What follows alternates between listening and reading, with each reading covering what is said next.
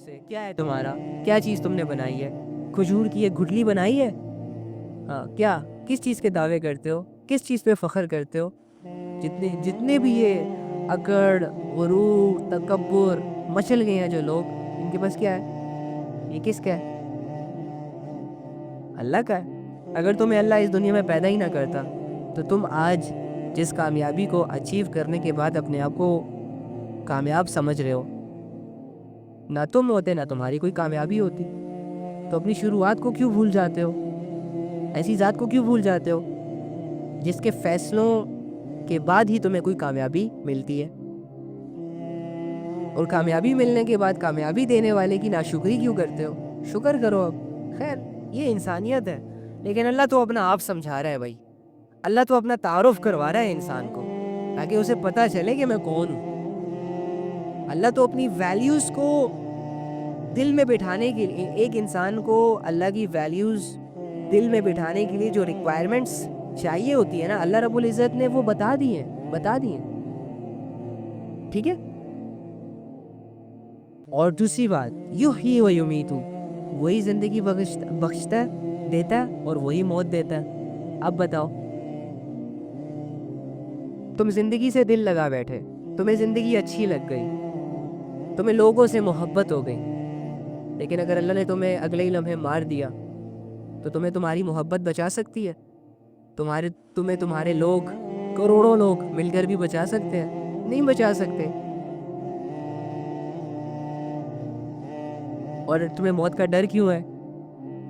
موت تو اللہ نے دینی ہے۔ اگر کوئی تمہیں دھمکی دے رہا ہے کہ میں رات کو تمہیں مار دوں گا، تو تم اس شخص سے کیوں ڈرتے ہو؟ تمہیں ڈرنا تو اللہ سے چاہیے تھا کہ اللہ، اچھا واقعی اس انسان نے ایسا کہا تو کیا آپ نے واقعی میری موت کا فیصلہ کر دیا؟ میں مرنے والا ہوں۔ ٹھیک ہے، پھر اگر تو نے فیصلہ ہی کر دیا تو میرے ڈرنے سے، میرے بھاگنے سے ہوگا تو کچھ نہیں۔ موت تو آنی ہے مجھے، کیونکہ موت تو ڈیسائیڈ کرے گا۔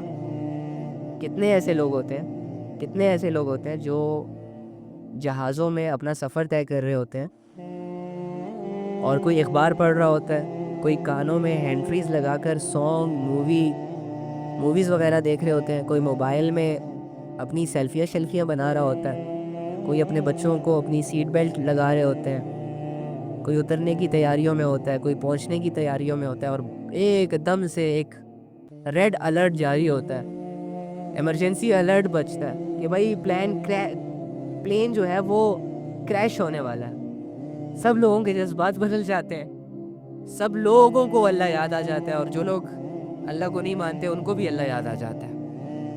اور پھر جب یہ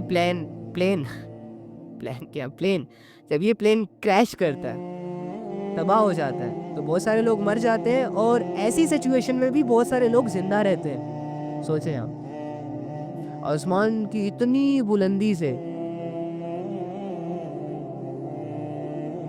آگ لگے ہوئے پلین میں لوگ بچ جاتے ہیں۔ اب عقل تو یہی کہتی ہے کہ اتنی اونچائی سے کون بچ سکتا ہے، لیکن اللہ بچانے والا۔ تو زندگی اور موت کی بادشاہت کس کے پاس ہے؟ اللہ کے پاس ہے۔ تو مجھے بتاؤ، کیا یہ باتیں تمہارے دل میں اللہ کی معرفت پیدا کرنے کے لیے کافی نہیں ہے؟ کیا یہ باتیں، یہ انٹروڈکشن، یہ چیزیں تمہارے دل کو یہ سوچنے پر مجبور کرنے کے لیے کافی نہیں ہے کہ تم ایک بہت بڑے رب کی کریشن ہو، تم ایک بہت بڑے رب کی عبادت کرتے ہو؟ تم جب نماز میں کھڑے ہوتے ہو تو اچھل کود کے لیے کھڑے نہیں ہوتے، بلکہ ایک بہت بڑے رب سے ملاقات کے لیے کھڑے ہوتے ہو۔ اور تم جب کسی گناہ کے قریب جاتے ہو تو کیا تمہیں یہ آیتیں گناہوں سے روک نہیں سکتی کہ یار میرا رب جو گناہوں کو ایکسپوز کر سکتا ہے، گناہوں پہ سزا دے سکتا ہے، جس سے زمین اور آسمان کی تمام مخلوقات تھرتھراتی ہے، کانپتی ہے، وہ رب مجھے دیکھ رہا ہے؟ کیا یہ آیتیں تمہارے دل میں اللہ کے لیے ڈر پیدا نہیں کر سکتی؟ اور یہ جو تمہیں اللہ دور دور لگتا ہے، یہ جو اللہ تمہیں سمجھ نہیں آ رہا، یہ جو آج تمہاری زندگی میں بہت سارے لوگوں نے، بہت سارے چہروں نے اپنا مقام بنا لیا، دولتوں نے مقام بنا لیا، گاڑیوں نے، بنگلوں نے، عزتوں نے، چاہتوں نے جگہ بنا لی ہے، لیکن تمہارے دل میں اللہ رب العزت ابھی تک نہیں آئے، اللہ کی معرفت ابھی تک نہیں آئی، تو کیا تم اس طرح مرنا چاہو گے؟ کیا تم یہ دل اللہ کے پاس لے کر جانا چاہو گے؟ کیا تم اس طرح اللہ کو فیس کرنا چاہو گے؟ یار اللہ سے تعلق بنا کر مرنا چاہیے نا، تاکہ کل کو اللہ کے سامنے کھڑا ہو کر ہمیں یہ تو نہ فیل ہو نا کہ ہم جس ذات کے سامنے آ گئے ہیں اس کو تو ہم جانتے ہی نہیں ہیں، پتہ نہیں کیسا ہوگا، پتہ نہیں کیسے ڈیل کرے گا، پتہ نہیں کیسے فیصلے کرے گا۔ جب تمہیں اللہ کی رحمت ہی سمجھ نہیں آئے گی تو قیامت کے دن تمہیں اللہ کی رحمت سے امید کیسے ہوگی؟ جب تمہیں اللہ کی مغفرت ہی نہیں سمجھ آئے گی تو تم اللہ سے مغفرت کا سوال کیسے کرو گے، رو گے کیسے؟ تو سمجھنا چاہیے نا اپنے رب کو، کیونکہ اللہ تعالیٰ خود چاہ رہے ہیں کہ انسان مجھے سمجھے۔ تو جب سمجھ آئے گا اللہ تعالیٰ، اس کے بعد ہی دل راضی ہوگا اس بات پر کہ ہمیں اللہ کی عبادت کرنی چاہیے، یار نماز نہیں چھوڑنی چاہیے، یار بے حیائیوں کے قریب نہیں جانا چاہیے، یار کسی بھی گناہ کو چھوٹا نہیں سمجھنا اور کسی بھی نیکی کو بھی چھوٹا نہیں سمجھنا۔ ہر نیکی کو اللہ کی رضا کے لیے کرنا ہے، ہر گناہ سے اللہ کے ڈر سے پیچھے ہونا ہے، پھر یہ باتیں تمہارے دل میں آٹومیٹکلی جنم لیں گی۔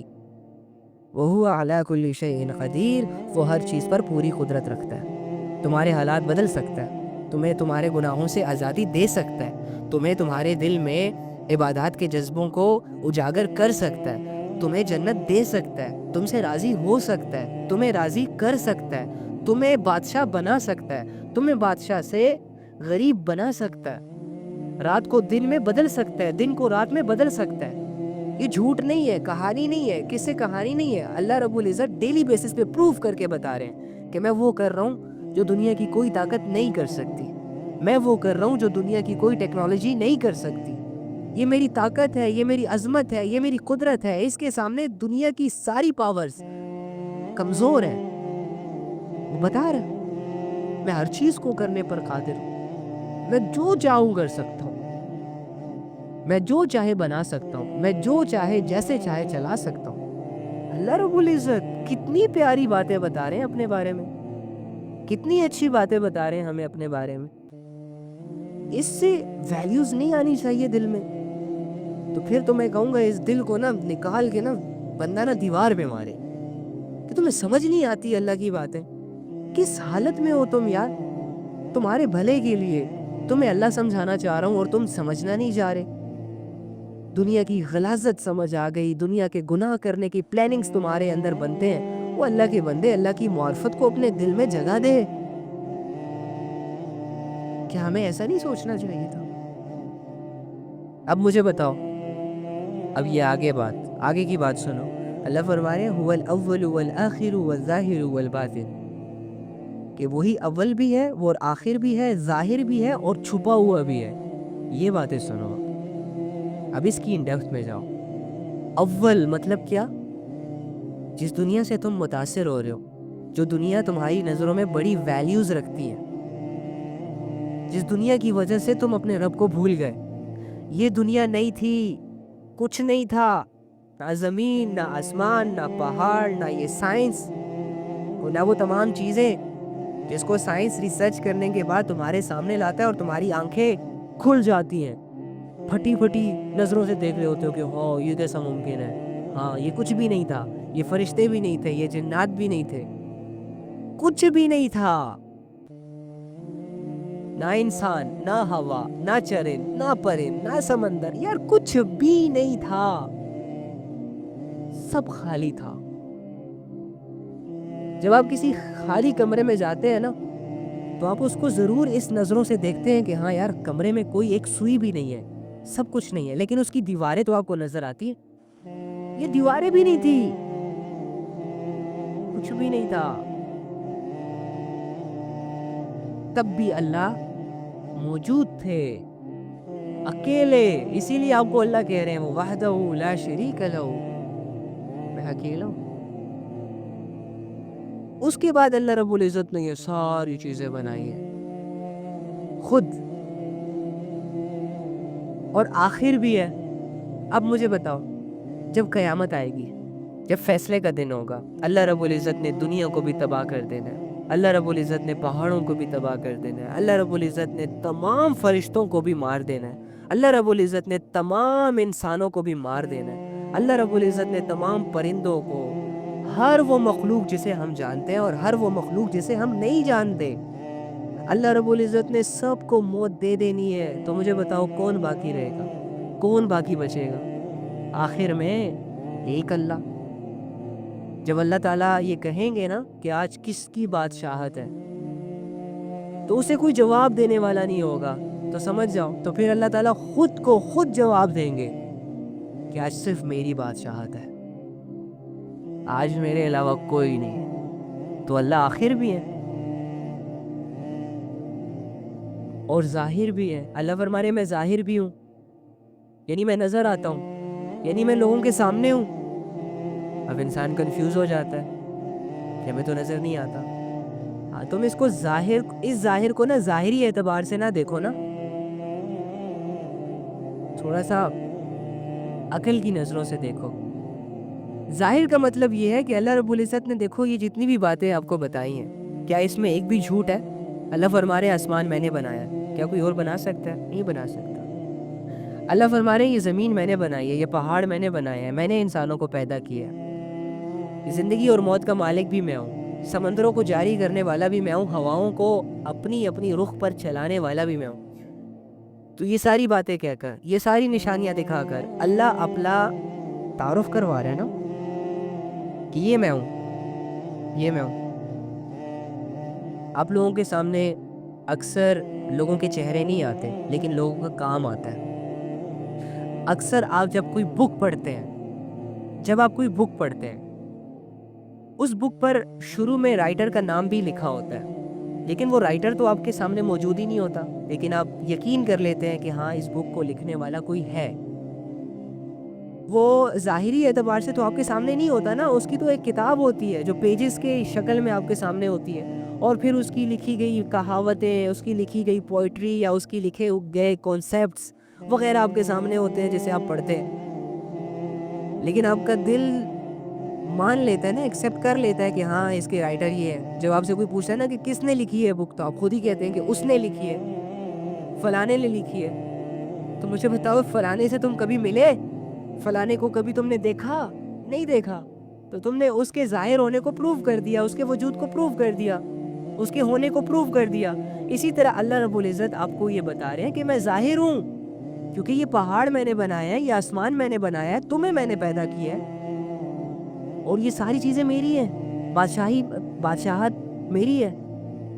تو اللہ اپنی نشانیوں کی وجہ سے، اپنی قدرتوں کی وجہ سے، اپنے کاموں کی وجہ سے، اپنی بے نیازی کی وجہ سے ہمارے سامنے ہے، ظاہر ہے۔ اور پھر آگے اللہ فرما رہے ہیں کہ میں باطن بھی ہوں، میں چھپا ہوا ہوں، ذات کے اعتبار سے، خوبصورتی کے اعتبار سے،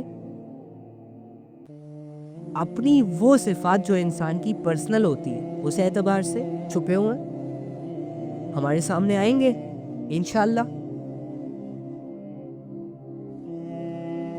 اب سمجھے کہ نہیں سمجھے؟ وَهُوَ بِكُلِّ شَيْءٍ عَلِيمٌ۔ اللہ فرما رہے ہیں میں ہر چیز کو پوری طرح جانتا ہوں، ہر چیز کا پوری طرح علم رکھتا ہوں، پوری طرح علم رکھتا ہوں۔ کیا مطلب ہے اس کا؟ ہائے ہائے ہائے ہائے، کیسے سمجھاؤں؟ یہ ہماری زبانیں اللہ کو ویسے نہیں سمجھ سکتی، ہمارے ہے ہی مٹھی بھرا دماغ، اس میں اللہ رب العزت کی سمجھ نہیں آئے گی۔ بس اتنا ہمیں پتہ چل جائے تاکہ ہماری جان پہچان ہو جائے ہمارے رب سے، ٹھیک ہے؟ اللہ فرما رہے ہیں کہ میں پوری طرح جاننے والا ہوں۔ اب مجھے ایک بات بتاؤ، اگر کسی انسان کو یہ یقین نہیں ہو رہا کہ اللہ تعالیٰ کیسے سب کچھ جانتے ہیں، تو مجھے ایک بات بتاؤ، تم ایک دوست کے ساتھ سفر کر رہے ہو، تمہارے اندر دکھ ہے، تمہارے اندر درد ہے، تمہارے اندر تکلیفیں ہیں، تمہارے اندر کنفیوژنز ہیں یا خوشیاں ہیں، راحتیں ہیں وغیرہ وغیرہ، اور اگر تم اپنے دوست کو کہو کہ میرے اندر کنفیوژنز ہیں، اگر تم اپنے دوست کو کہو کہ میرے دل کے اندر کچھ باتیں ہیں، اگر تم اپنے دوست کو یہ کہو کہ میرے دل کے اندر درد ہو رہا ہے، تو تمہارا دوست کیا ان باتوں کو، ان فیلنگز کو سمجھ سکتا ہے؟ نہیں سمجھ سکتا، ٹھیک ہے؟ لیکن تم تو سمجھ سکتے ہو نا، تمہیں تو اس چیز کا علم دیا گیا ہے نا کہ تم اپنے درد کو فیل کر سکو، تم اپنے ایموشنز کو فیل کر سکو، تم اپنے ذہن میں پیدا ہونے والے خیالات کو دیکھ سکو اور اپنے اندر کے چھپے ہوئے علم کو جان سکو۔ سیم ایسے ہی اللہ رب العزت اس کائنات کی ہر چیز کو جانتے ہیں۔ پہاڑوں کے اندر کیا ہے، پتھروں کے اندر کون سی مخلوق ہے، اس مخلوق تک رزق کیسے پہنچانا ہے، سمندر کے اندر کیا ہو رہا ہے، زمین کے اندر کیا ہو رہا ہے، آسمانوں کے اوپر کیا ہو رہا ہے، سب جانتا ہے۔ ان کے دلوں میں کیا چل رہا ہے، یہ کیا پلاننگز کر رہے ہیں، یہ کیا کرنا چاہ رہے ہیں۔ آپ کی کوئی بھی چیز اللہ سے چھپی نہیں ہے۔